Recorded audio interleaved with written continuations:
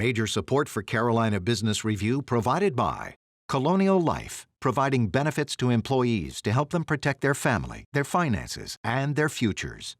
High Point University, the premier life skills university, focused on preparing students for the world as it is going to be. And Sunoco, a global manufacturer of consumer and industrial packaging products and provider of packaging services with more than 300 operations in 35 countries. Well, the focus now is commercial activity. You can tell the health of any community, large town, small town, by its commercial activity. I'm Chris William, and welcome again to the most widely watched and longest running program on Carolina business policy and public affairs, seen each and every week across North and South Carolina. In a moment, we start with the commercial activity measurement with our guests, and later on, joining us again, he is the South Carolina leader, the majority leader of the Senate. Shane Massey joins us, and we hope you'll stay with us.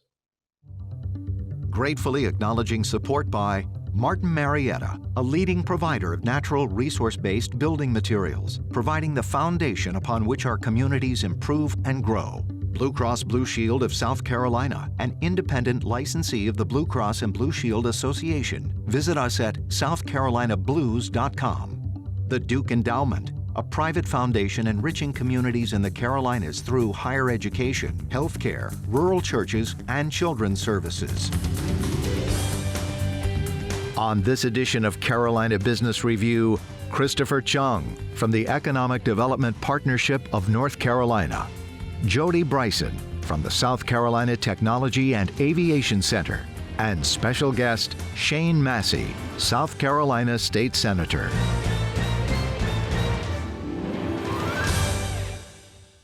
Happy spring. Welcome to our program. Chris, nice to see you. Jody, welcome to the dialogue. Mr. Chung, let me start with you. It's easy to gauge the health of a small town or a big city by looking at commercial activity. And commercial activity is obviously has been a front and center when it comes to this public health crisis. On a scale of 1 to 10, 10 being the best, would you say that commercial activity is a 10, a 5, a 1? Where do you think we are now? Well, first off, Chris, it's great to be with you. I hope you've been staying safe over the past 13, 14 months or so since we last were in the studio together. Hopefully you've at least got 1, maybe 2 of your vaccine shots. I would say the number varies a lot depending on what sector we're talking about. As you know, our organization is responsible for, among other things, recruiting companies to North Carolina and helping existing firms to expand. That activity has been far, far stronger than anyone would have predicted when you go back to March of 2020 at the onset of this pandemic, right? I mean, I think all of us in economic development were just wondering when the bottom might fall out. We were seeing deals get canceled. We were seeing very few new projects coming in through the door. And it was like that for a couple months. And then starting in about June, it's been gangbusters ever since that point. Lots of great announcements, lots of projects we have the chance to compete for. On the other side, of course, we are also responsible for tourism promotion for North Carolina. And as you have covered a lot, Chris, you know that the tourism, leisure, hospitality sectors, a lot of those small businesses who make up our big tourism economy, they've really felt the brunt of the economic damage from the pandemic. Now things are getting better, and of course the leisure travel's doing a lot better than business travel, but really it's hard to generalize a number because it really varies so much depending on what sector that you're talking about. Jody, would you say gangbusters? Is that a good way to describe commercial activity as you see it? I would. Just very similar to what Chris has explained. We saw a lull last March for a few weeks, and then unexpectedly project activity started to increase and grow again. And I would say 2021 is off to a roaring start. So we're very encouraged by that. You know, one of the themes that continually comes up, and quite frankly, and I know you both know this, it was an issue before we even had heard the term COVID-19 or public health crisis. And this idea of finding workers for the jobs that are available, that seems to have been a 2 or 3x exacerbation since all of this happened. So what's the working model going to be? How do we get through this problem of finding enough workers, especially when people now seem to be unmotivated because of federal unemployment benefits? What's the answer? Chris, where do we start? Well, you're right that it's a big challenge. You would think unemployment being, at least here in North Carolina, a couple percent above where we were before we entered into the pandemic, you would think that that would have relieved a lot of the pressure that manufacturers and other employers were facing in attracting skilled, qualified workers. The reality, as you just pointed out, is across pretty much any industry, manufacturing and otherwise, it's still not as easy as we want it to be for companies to recruit skilled talent. And that's in a state like North Carolina that continues to grow because of in-migration of people moving here. So I can only imagine what it's like in other states, maybe in the middle part of the country where you're not seeing that kind of population growth.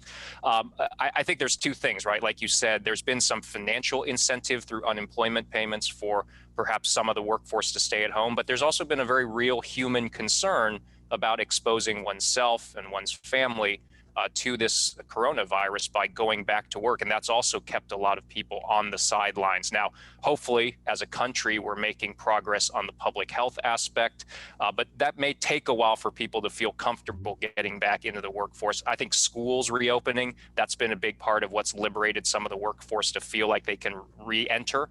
Go back to work, but it's not an easy situation. And I think as the economy continues to accelerate in its recovery, all it's going to do is exacerbate this challenge that so many companies are having in finding, hiring, and retaining the types of workers that they need to be successful. It's a real challenge for sure, and I don't think it's unique to North Carolina.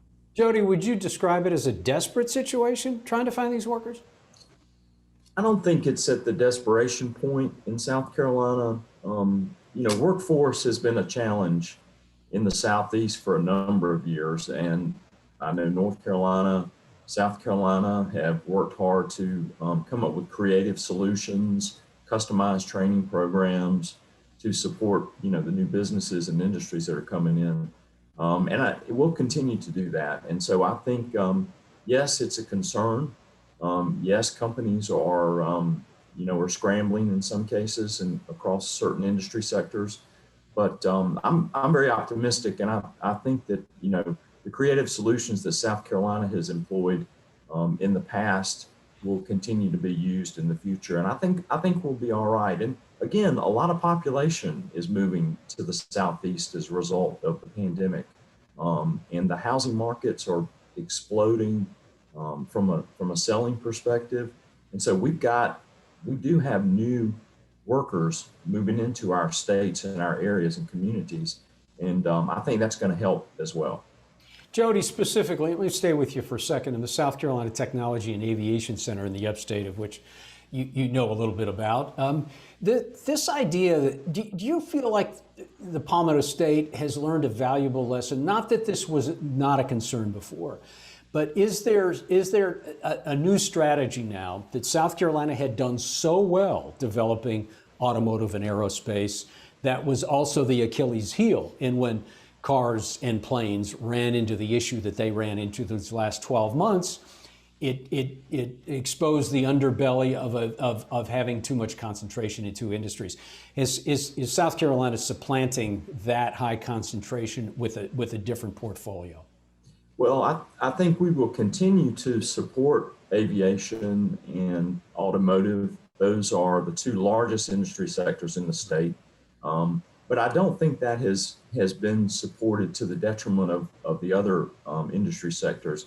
Life sciences, for example, has been on a roll in South Carolina, especially in the Charleston area, as well as the upstate.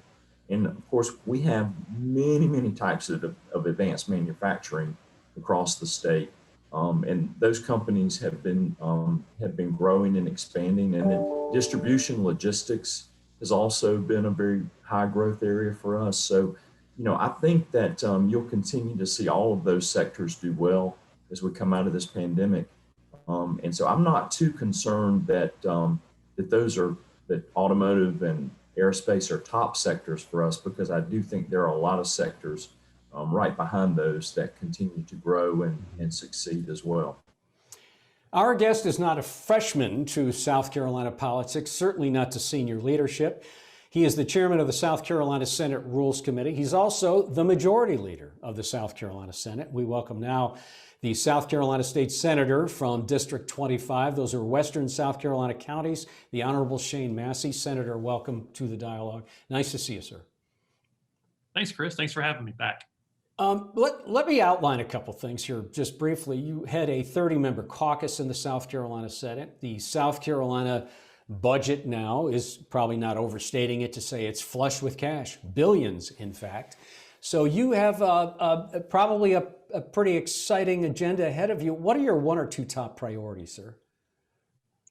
Yeah, South Carolina's been very fortunate. I mean, we were doing very, very well heading into COVID. We took some hits over the year economically. Different parts of the state, different economic sectors took some significant hits, and we're still recovering from that.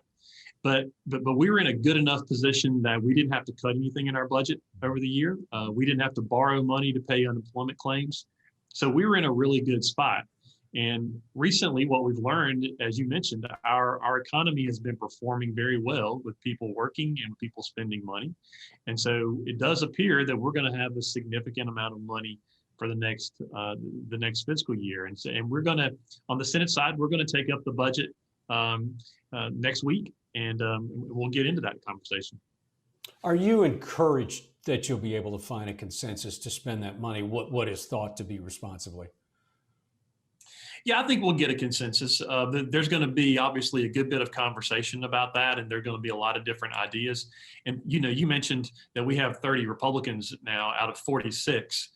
That's a big number, and that really, frankly, it changed the governing philosophy of the body from where we were before. So there are going to be some real conversations about that. I don't think we're going to do the budget as we've always done it. Things are going to be different now. But I think we'll work together. We'll figure out a way to make that work and to do it responsibly. I mean, we have some needs. We have some infrastructure needs. We have capital project needs. A lot of things that have been neglected for many years. Of course, we've got a big issue with broadband across the state, everyone having access. I think there are a number of things that we're going to look at. We're going to open this up. Chris, Jody, please. So Senator Massey, I'll start. Obviously, Georgia is the latest example of this, but there's been increasing occasions in this country where legislation and policy sometimes run against what the business community is looking for, demands. I'm just curious, how do you, as a legislative leader in South Carolina, how do you navigate that increasing challenge and kind of keep everybody in line, but also send the right signals to businesses that are looking at the right places to grow and invest?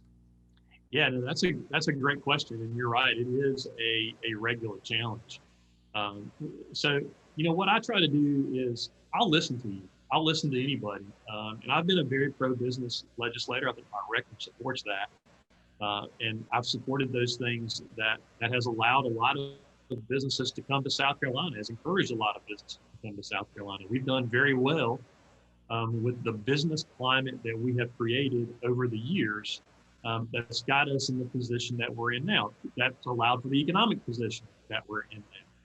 But sometimes you do have that conflict. And I think it's important for us to remember, even though we may be dealing with businesses or their lobbyists on a regular basis, the people from back home who sent us to Columbia to represent them, they may think along the same lines. They may be different too. So I think it's important that we listen, that we have very open and candid conversations with business folks. I think, look, man, 90% of the time, I'm going to be on the team. But if there are times when I think that the business interest is contrary to those who sent me to Columbia to represent them, I'm going to go with the folks back home. Jody. Thank you, Senator. It's good to be with you today. As you probably know, the South Carolina Technology and Aviation Center is now an F-16 Global Center of Excellence as a result of Lockheed Martin not only producing the world's most sophisticated F-16 aircrafts, but also now having a long-term contract to do maintenance, repair, and overhaul work. We also are very involved in supporting the state's automotive industry. A few years ago, we redeveloped a closed runway property into an automotive test track. And today we have a number of customers who are utilizing that track on a regular basis, even including some from our friends in North Carolina. You mentioned the economy was on a roll before the pandemic hit, and it seems to be coming back strongly. But I just was curious, In your role, are you seeing any particular initiatives that will come through the legislature that would continue to support not only aerospace and automotive, but advanced manufacturing, which is so important to our state? Yeah, Jody, I'm glad you brought that up. I just think it's really cool that we're building fighter jets in Greenville, South Carolina. I just think that's awesome, and it's one of those things where, and this is a little bit of a tangent, but I think it's important that we expose our students to those opportunities, that they know those things are going on, because there are a lot of kids who don't know that's happening, especially kids from rural South Carolina who don't know that those career opportunities exist. And so I'm glad we're able to talk about it on this program. We need to do a better job of getting that word out to South Carolina's children so that they know that those opportunities are there. And plus, again, I mean, I'm a kid at heart anyway, but I think they're just going to think it's cool that we're building fighter jets in South Carolina. Those things are awesome. I'll tell you two things real quick in response to that question, though, Jody. One of them is one of the things that we heard a lot from businesses, small, large, and even nonprofits, was some desire to have protection from from lawsuits from COVID exposures. And so we took a very strong stance, and we're behind North Carolina on this one, that they moved more aggressively, more quickly. But what we've tried to do is say, look, here are the rules. We're going to tell you what the rules are. As long as you comply with the rules, if somebody happens to get sick anyway, we're not going to allow you to be sued because of that.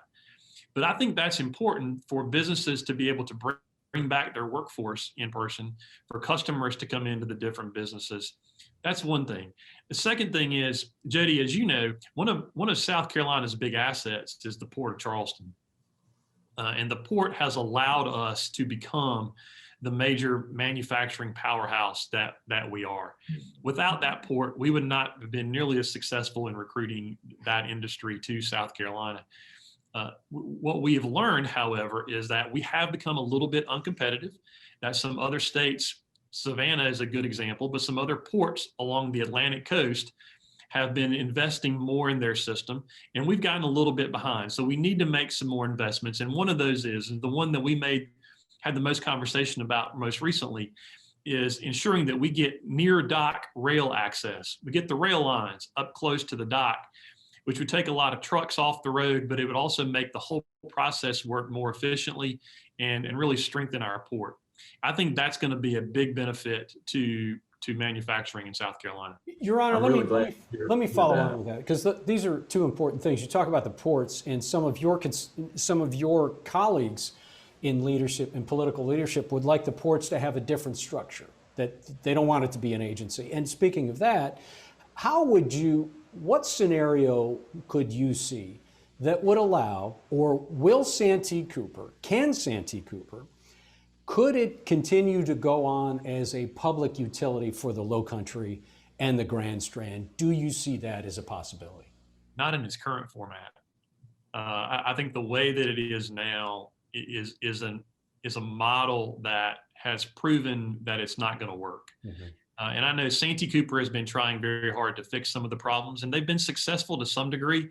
I'm concerned, however, that really what they've done is they've provided a 3 to 5 year Band-Aid, and that after about five years or so, we're going to get into more problems at Santee Cooper unless we make some more significant reforms.